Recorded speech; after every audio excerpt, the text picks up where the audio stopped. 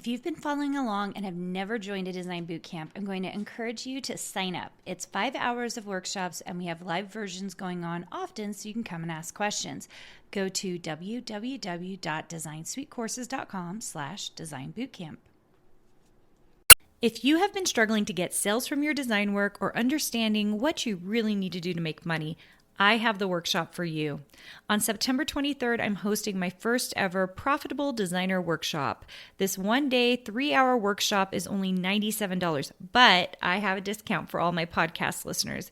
Go to carinagardnercourses.com/profit and put in the code podcast for $50 off. I can't wait to see you more profitable. Welcome to the Make and Design Podcast. I'm your host, Carina Gardner. On this podcast, we're unraveling the everyday joys and dilemmas of design, making, and business. For makers who want to be designers and for designers who are makers, this is your inside scoop to help you grow your business and bring more creativity to your life.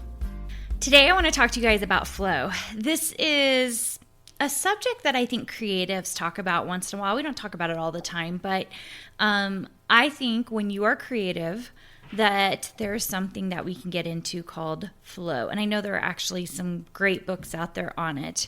But today I wanted to focus on talking about how I get in the flow and how it has changed over the years. And the reason I'm talking about it is because at the beginning of my design career, I designed very differently than the way I design now. And so I think depending on where you are in your design journey, or if you're not a designer and you're listening to this and you are a writer or an influencer or whatever creative field that you are in, that there is this thing that can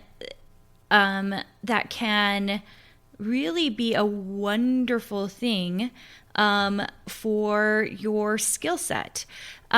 So it's so interesting because I just watched Disney's Soul on Disney Plus a few months ago, and they talk about flow, and when you get in the flow, then like their soul goes somewhere else, you know?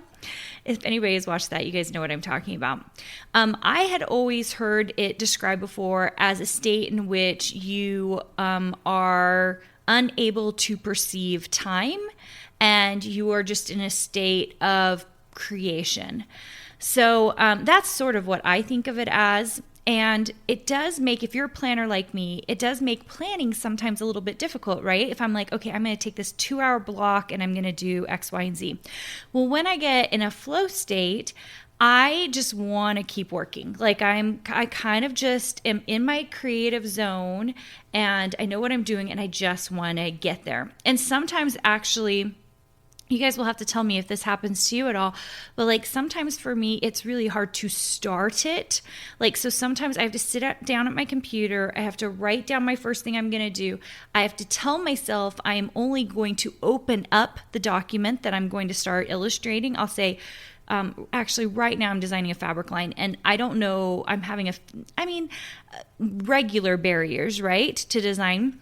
So like, I have to tell myself like that I'm not designing a fabric line. I have to tell myself I am opening up the document that I'm going to be designing in that day. So I open it up and then I say, it is okay if all you do, Carina, is design one little thing or one little swirl or one little thing. And almost inevitably, the moment I get going, I start down that road of flow. Now, I think flow state can be a lot of different things, right? So like you can be in flow for a very long time and just have no perception of time. And then sometimes I will be designing so fast, I'll be in it and it's only been 10 minutes. And I've designed something so quickly. And like when I snap out of it and I look at my clock, I'm like, oh my gosh, no, like I did that really, really fast. So I think it can go either way. I think it can be a really fast state where you're producing really quickly and short spurts. And I also think you can have long periods of time. Now, maybe like an author of flow would disagree with me, but I know that's just the way it is for me. Sometimes I will start something like a fabric line and I'll be working on that one thing. Or the other thing I'll work on is like a paper for a scrapbooking line. And I will sit there and I will start building the pattern out, and it will just come to me so quickly. It'll be a complicated pattern, but it will come so quickly. And once I hit the end of the project, I hit the end, and I'm done. And sometimes I'll move on to the next thing rather quickly, especially if it's in like, a package of things like, for a paper line, if I was doing the paper and it suddenly came really quickly, suddenly I'm like, oh, I'm going to make a quick dot. I'm going to make a quick geometric. I'm going to make a quick, and then I'm starting to produce really quickly, right? So this is what I want to say about designers, especially starting out. I was thinking about my design suite members. Most of them, actually already have a lot of artwork. And so maybe they have a great flow state in their artwork, maybe not. But something else we can get flow with is production work. And I think we think of it as such a grueling thing, like getting everything ready to either go to press or getting everything ready so it goes into an online shop. And that I actually think you can get into a flow state as well, especially if it becomes assembly line. Where you just produce, and you just like are so honed in that you can produce. I know I get that way, especially I've shown my design suite members like very specifically how I do my sticker sheets. And it is, I know now it takes me exactly 3 hours to do 7 of these. I do them very quickly, and I have an entire routine for it, which kind of helps with the flow state. It's not like a total like creative flow state, right? But it's almost like I've built this like habitual routine. So maybe that's totally different. I don't know. I'd actually be curious to see what people say about that. Like, is there really a difference between flow state and creating some kind of routine that's so habitual that you just like can produce, and your mind isn't 100% there. Like you're just kind of doing the thing.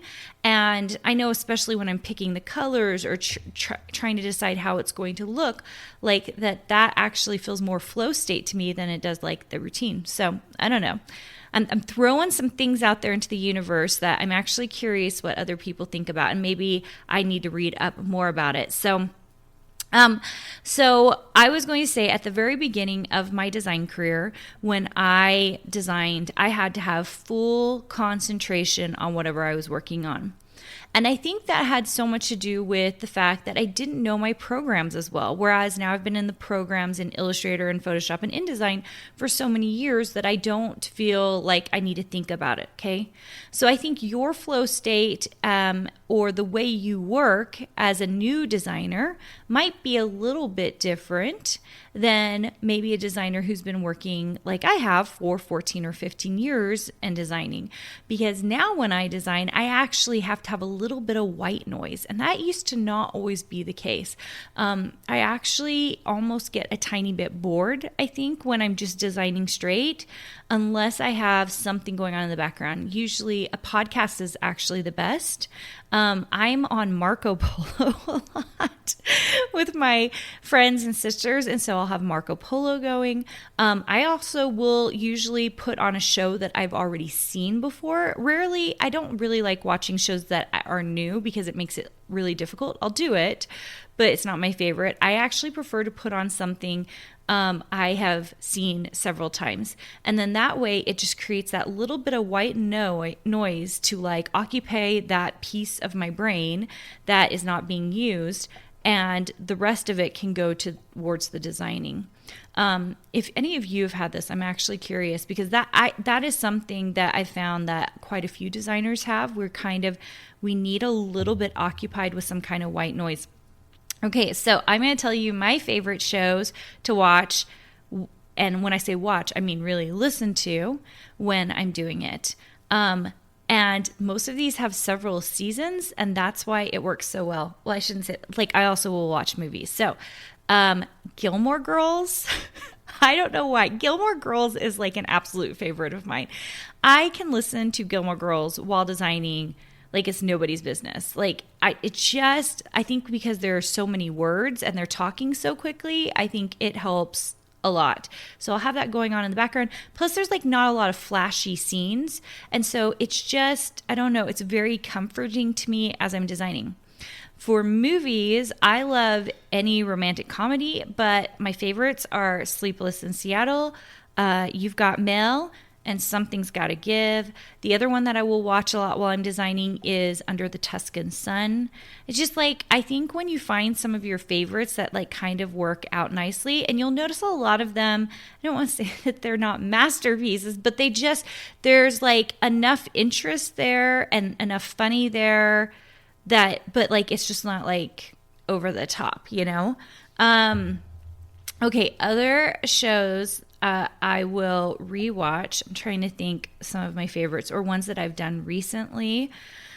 I have been known to rewatch, this is going to be funny to you guys, like Chinese and Korean soap operas. And so then I just have words going on in the background. I don't even know what they're saying because I don't know any Chinese or Korean. But I love those soap operas. I will not watch a new one, but I will watch an old one. And two of my favorites that I have done is Eternal Love on Netflix and Love 020 also on Netflix. So those are a couple of ones if you ever want to get into Asian soap operas. My mom got us into those. All my sisters and I watch them. Let's see. Other ones that I really like. I'm drawing a blank at the moment. If I opened up White Collar on Hulu. Chuck, which I don't even know where you can watch that anymore. Anyway, you get the idea. Find your favorites, rewatch them. It's to me like just having that little bit of white noise in the background really helps me as I'm designing. So hopefully you enjoyed that. Now you guys know a little bit more about me, the things that make me go. I'm like trying to think of other ones, but of course I don't have my phone open in front of me telling me all the things I've recently watched. But the list is quite funny. All right, you guys. You guys know where to find me if you guys are looking for more on my courses, things that are all designy. You can go to carinagardner.com, and I will see you there. Hey, did you know that you can visit me at makeanddesign.com to learn more about this podcast and join my VIP group for weekly freebies? I can't wait to see you there.